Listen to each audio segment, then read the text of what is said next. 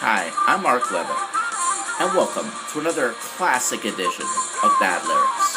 And yes, I know, I do need a haircut. I'm getting one, okay? It's on the calendar. Okay, but anyhow, today I will be talking about supergroup Jethro Tull and really digging into their lyrics. So let's go. Let's talk about it. Let's talk about it. Okay, here we go. Talking about the lyrics of Jethro Tull. Okay, so Jethro Tull lyrics. I always liked Jethro Tull songs.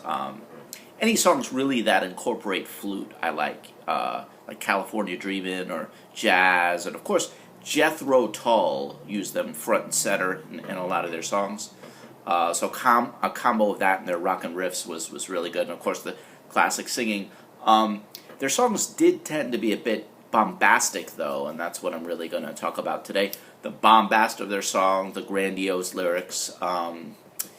So let's get into it. Let's slice through the bombast, and let's start talking about their music right now. So the first song I will talk about is Aqualung. Yes, the classic Aqualung. Now, I heard that this was based upon a transient man, a homeless guy, this song, Aqualung. So let's start reading it, and let's see if we can really basically insult the song. Okay, so here we go. Sitting on the park bench, eyeing little girls with bad intent, snot is running down his nose. Now, the singer of the song sings it so triumphantly. He goes, snot is running down his nose. You know, it's like really triumphant sounding, isn't it? Like he's so proud of the snot pouring out of this guy's nose. I mean, like, really finds that, exciting. Why do you get that stoked over snot, though? You know, why? I don't get it. What is he? Yay, snot? I mean, who gets that enthusiastic about snot or boogers pouring out of their nose? It's unheard of. Okay, but anyhow, that's what it says. Now, this may be also the only inclusion of snot in any other popular song I've ever heard of. The mentioning of snot, mucus, or phlegm, really anything to do with an upper respiratory infection. You never really hear sung about in popular songs, so this might be a first. But anyhow, he sings about that, okay.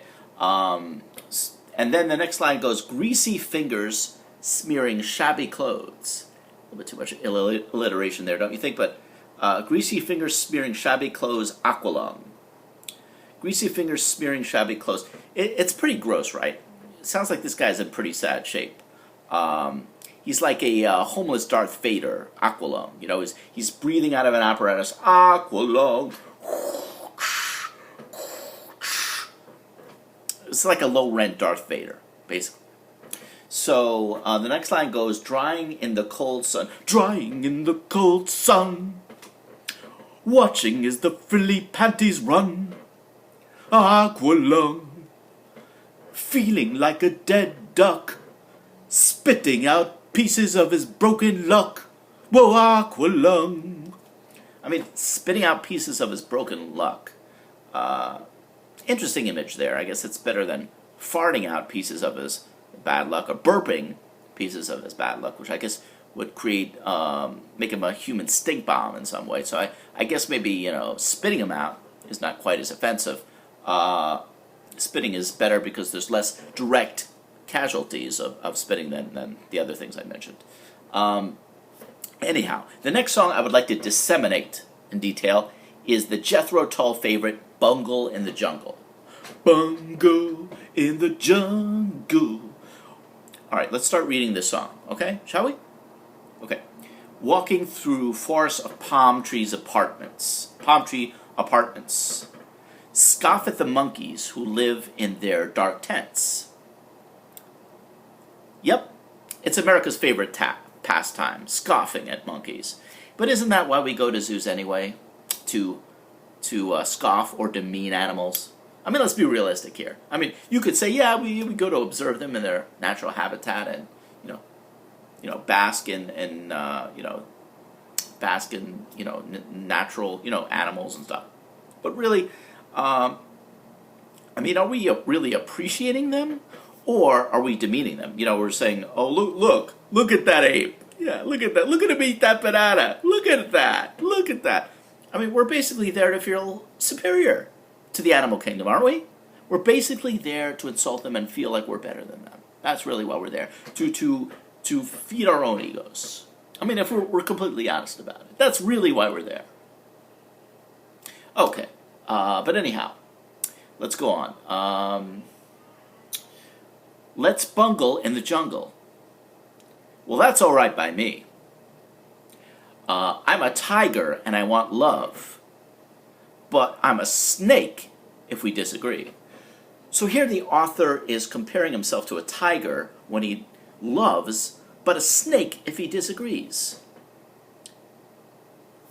So he's both a snake and a tiger.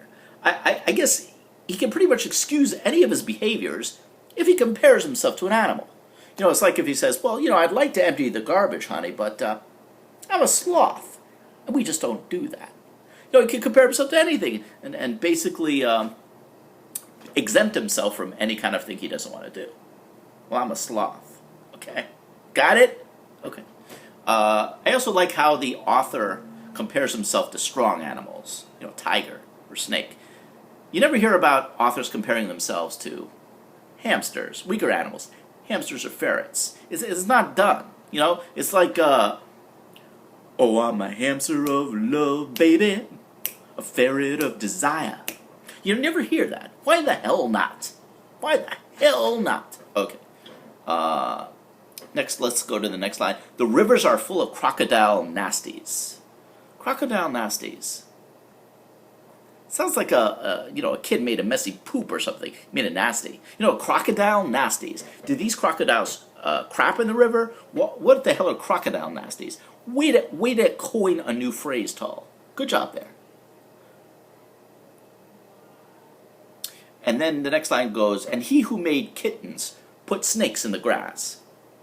I remember when I was in literature class, they would talk about, looking for these God references in poems. So it was these people who thought they were being deep always would put in a sly reference to God, like Garden of Eden, apple, serpent, somewhere there would be some kind of reference to God.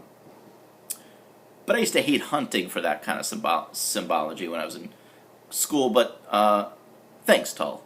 Thanks for bringing it all back. Anyhow, that's been today's installment of Bad Lyrics, featuring the pompous, the grandiose, the bombastic, yet still quite listenable music of Jethro Tull. So I'll see you next time, and continue to listen to music, and continue to really rank on the lyrics. That's my credo. See you next time.